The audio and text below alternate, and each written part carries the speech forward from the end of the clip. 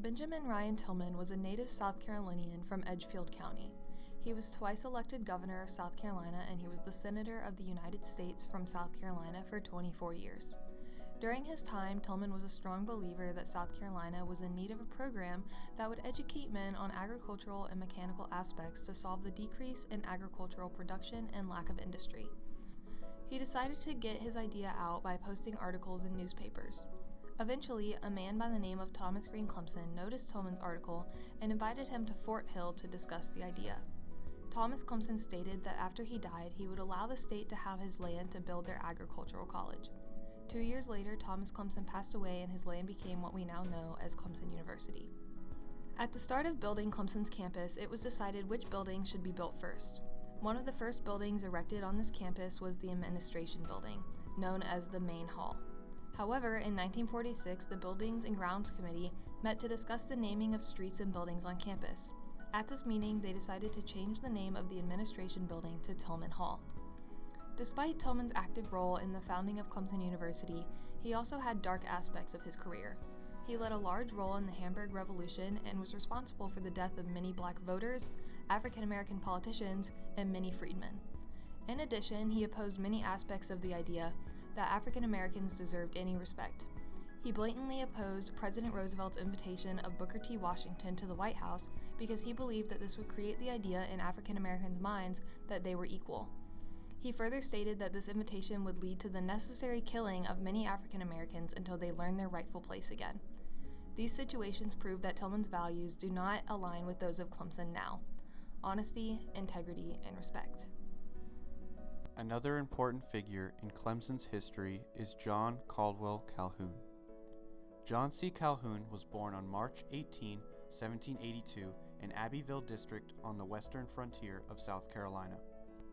He served in South Carolina's state legislature from 1808 to 1809, the House of Representatives between 1811 and 1817, and eventually as vice president from 1825 to 1835. Although John C. Calhoun is a prominent figure in South Carolina's history and has a great legacy, many of his actions don't reflect Clemson's values. These include diversity, respect, and integrity. He was unethical and believed that people of African descent were inferior. To illustrate, John C. Calhoun owned dozens of slaves at his home in Fort Hill, South Carolina, and was a significant spokesperson for slavery. In fact, unlike many slave owners at the time, Mr. Calhoun claimed that rather than just being a necessary evil, slavery was a positive good, a thesis that is expressive in his essay, Slavery, a Positive Good. Within his essay, he argues that slavery is necessary for a wealthy society and people of African descent are more well off than they had been prior to their enslavement. From Mr. Calhoun's obscene assertions and unethical actions, it is obvious that he does not represent Clemson University's core values. We believe that by changing racially insensitive institution and building names, and increasing education about former racist historical figures and their actions at Clemson University, racial inclusion at Clemson University can be furthered. We wanted to see how other students at Clemson University felt about changing building names and whether they knew about these controversial figures. We began by asking students around campus if they know who Ben Tillman and John C. Calhoun were. No. I don't know who he is. I do not. Sort of. We then asked students if they thought that the naming of Tillman Hall and the Calhoun Honors College after these controversial figures was insensitive to African Americans, and whether they believed that these names on campus should be changed. Yes, I definitely think it's insensitive and should be changed. Maybe. I think having a building named after him in a way really honors him, which is something that in 2019 and at any point Clemson University should not be doing.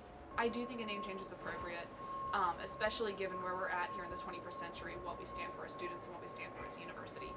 Yeah. I do think a name change for the Honors College would be appropriate. Hall, like John C. Calhoun, has no ties to the Honors College in particular, which was started in, I think, like the 1990s.